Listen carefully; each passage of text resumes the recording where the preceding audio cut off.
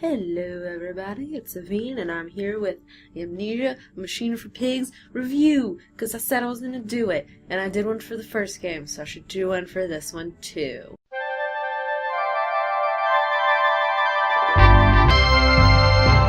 So like I said, I did do a review for the first Amnesia game, and I'll link it here. It's a little bit embarrassing now because the quality is like doo-doo. But I did do a review for it, so I'll link it somewhere here so you guys can check it out if you'd like. I don't remember the last time I watched it. I should probably watch it. I'll watch it after I record this. Along with the Amnesia: The Dark Descent review that I did a podcast style video with one of my very good friends, Remy. I will also link that so you guys can check that out. I thought it was really good. I spent a lot of time working on it. We did it in anticipation for A Machine for Pigs, as well as talking about The Dark Descent, so if you guys want to check that out, I will link that somewhere here as well. Now, I'm going to say I will do my best not to spoil anything. I'm not going to talk about the storyline. I'm going to not talk about things that happen in the game, really. Specifically, I won't talk about things that happen. So, I might mention things, but I'm not going to actually say, when you get about 3 hours in, this is going to happen. I'm not going to do that. So anyway, let's begin with things I don't really know how I feel about. One of the first things I'm going to talk about with this is the lack of night vision. I honestly didn't even notice that it wasn't in the game until I was about halfway through, and then I was like, I could see better when it was really dark in the first game. And I remembered that it takes a moment for Daniel's eyes to adjust in the first game, and then you can actually see a little bit. It's like a blue tint to everything. It's kind of like, real life, your eyes adjust to the dark. So I thought that was kind of a cool thing that the first game had, but like I said, it wasn't really something I noticed in A Machine for Pigs. It would have been nice in some spots, but I think their goal was to make you want to use the lantern all the time instead of just like, oh my god, I'm scared, I'm gonna turn it off and just run around with it off all day. Like, there are some parts in the game you literally cannot see anything without that lantern on. So I think that was their goal with that, which is fine. I don't really care. One of the first things I noticed when I started playing was that there's a lot less interaction with the environment in this game. Things that used to be able to pick up and throw around, you can't really do. I mean, you can like pick up chairs and all that stuff, but you can't like, there's a barrel, let me pick it up and throw it across the room. Which, to me, is fine. That wasn't something in the first game that was really necessary to have in the first game. If you think about it, like, how often did you have to move things? I mean, if you were picking up items, yeah, but it really wasn't a big deal, so it wasn't something that I necessarily miss. When I first started A Machine for Pigs, I was like, why did you do it? I was being a lot more, like, poopy about it, but the game didn't need it. It would have been unnecessary. Another thing, which I was, like, boo about, is there's no, like, inventory, so you don't pick up and collect items. Normally, I would say this doesn't impact the game at all, really, but it did. If you think about it in the terms of the puzzles, in the first game, you had puzzles that you had to solve with items that you got in a completely different area. So it was something you had to like really put your mind to it and think, what could I use? Could I use this for this? Could I like put this drill together? And I'm sure you remember that part. So that's something that was lacking from this game that I'm still not sure how I feel about it, like I said, but I think that's probably the biggest thing that I've heard people complaining about, is the fact that there's no items. So it does kind of dumb down the puzzles a little bit, but didn't impact the game for me. I wasn't like hating the game because I couldn't save a screwdriver that I found. Like, it wasn't a huge deal. I would have liked a little bit more of a connection between the first game and this game too. I think that there were definitely things talked about the first game in this one, but I would have liked to see something physical maybe from the first game. So, like I said, these are things I don't really know how I feel about. Doesn't really matter to me. It's just a little, this is my nitpick section. I'm like, well, what if you had this? So that's basically that. We are going to move on and get into the cons of the game. First of all, one that everyone talks about, that everyone won't stop talking about, is that it's not as scary as The Dark Descent. But let's be totally honest here. That's going to be a really hard one to top, even for frictional games themselves. It's going to be very hard for them to top the first Amnesia without making a game that's too much like it. So I think it's possible, But I also think that Machine for Pigs' goal was not just to scare you, it was to tell a story, which games should do. They should tell a story. And they put that in the front. They didn't want you to be so scared that you couldn't continue. And I'm going to be honest.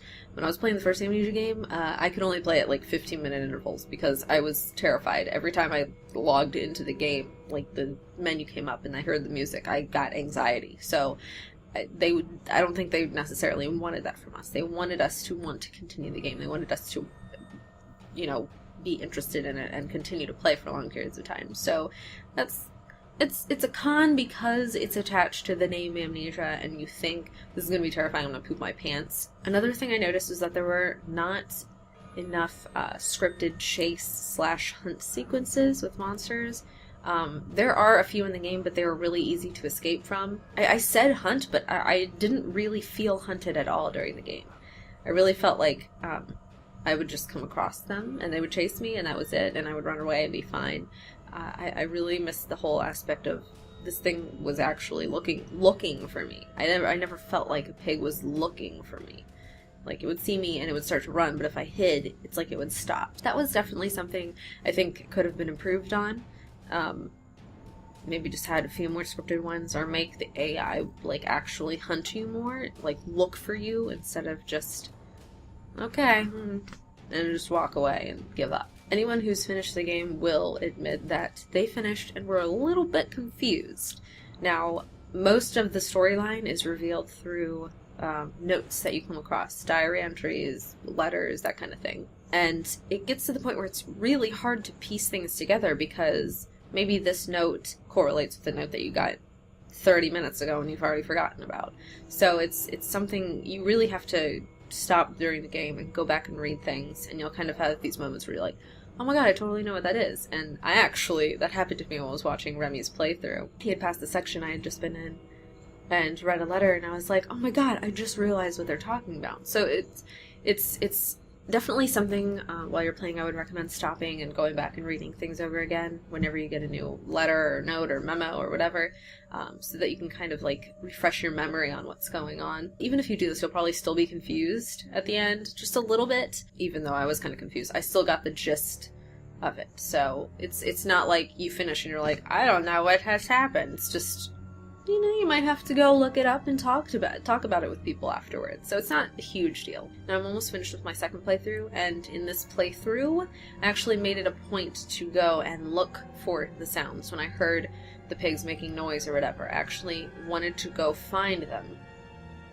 It made me a little nervous, but I wanted to see if I was missing out on things, and I was. Anyone who's played the first game knows that if you hear a monster, you don't go looking for it. You run, or you hide. I was doing that throughout my entire playthrough of this game, and I realized that I missed out on a lot of things. I missed out on sightings.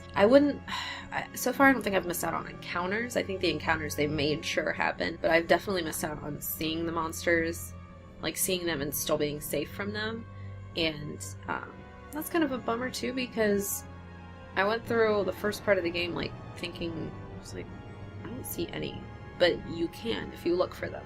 So I think that was the big thing. I think they should have made it a little bit easier for you to see them, as in maybe not have the monster's sound be heard until you see it. Because, I'd be walking down a hallway and hear one and I'd stop and run away. Well, what if he wasn't even going to hurt me? What if he wasn't even there? Like, I would rather not hear anything until I see the monster. That way I can know that I'm not missing anything. That's something they can think about next time they make a scary game. Tying into that a little bit, occasionally you would get a memo or an entry in his own diary. He would say something about being terrified about what he just saw, when all you did was hear something. You didn't see anything, and one of the times I didn't even hear anything. So I get this note, and he's like, oh my god, that thing was so scary, wowzers. And I was like, what is he talking about? And I looked around and I didn't see anything, so obviously I missed out on something scripted that went by or ran by or something, and had no idea what happened. So I think that was also something they missed out on. They really could have improved that, because they want to scare us, but they're not, like, we're missing parts of the game because they're not placed properly. So I think that was definitely something they should have worked a little bit harder on. It is time for the pros. The good stuff. The good things. Now, my pros might differ from everyone else's, but these are the things I really liked about the game. I think that the storytelling, like the narrative of the game, was excellent. I really loved, like, the voice acting was really good, especially the voice acting of the professor and the engineer. Excellent voice acting. Throughout the game, there are little gramophones that you come across where you can, like, hear interactions between Mandus and the professor, and I think that those were really great for kind of revealing a little bit of Mandus' psyche before you wake up, because you only know Mandus as you know him now, and he's confused, he doesn't know what's going on, but the gramophones kind of let you see what he was doing and things he was thinking before he got amnesia. And I think the story itself was really good. A lot of people are pooping on it, but I think it was disturbing and sad and creepy. Like, it really, I wanted to play the game right after I finished it. I wanted to play it again, so I did. I think that the story was really, really a great part of the game, and it was the main part of the game, was the storytelling, not the jump scares. The music and the ambient sounds of the game were also on point. Music, I love it so much. And the ambient sounds, like just the footsteps above you and things breaking, and in certain parts of the game you can hear the machine, like, either turning on or parts of it breaking or something. You feel like you are there, like, experiencing the shaking and the noise from the machine. So it was really cool. I really liked it. The last thing, the ending, ambiguous as it was incredibly satisfying. I think the entire last, like, 30 minutes of the game was perfectly executed. And it was just, like,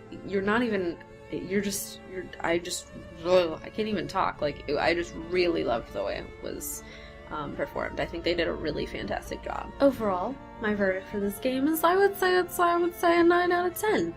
And you might think I'm being generous, but maybe y'all need to get your heads out your asses and realize you shouldn't have even expected it to be as scary as The Dark Descent. Really, you shouldn't have. No one should have. I didn't. I went in, like, when I first realized that this game was being made by a company that wasn't Frictional Games, I was like, well, I'm not going to expect it to be as scary. And guess what? I liked the game because I didn't expect it to be as scary. So maybe, if you've already played it, play through it again. And just enjoy it. Go through. It's a good game. I don't care what anyone says. It's not a bad game. People are saying it's terrible. People are saying it's a waste of time. It's not. It was a great game. They did a really good job with what they had, and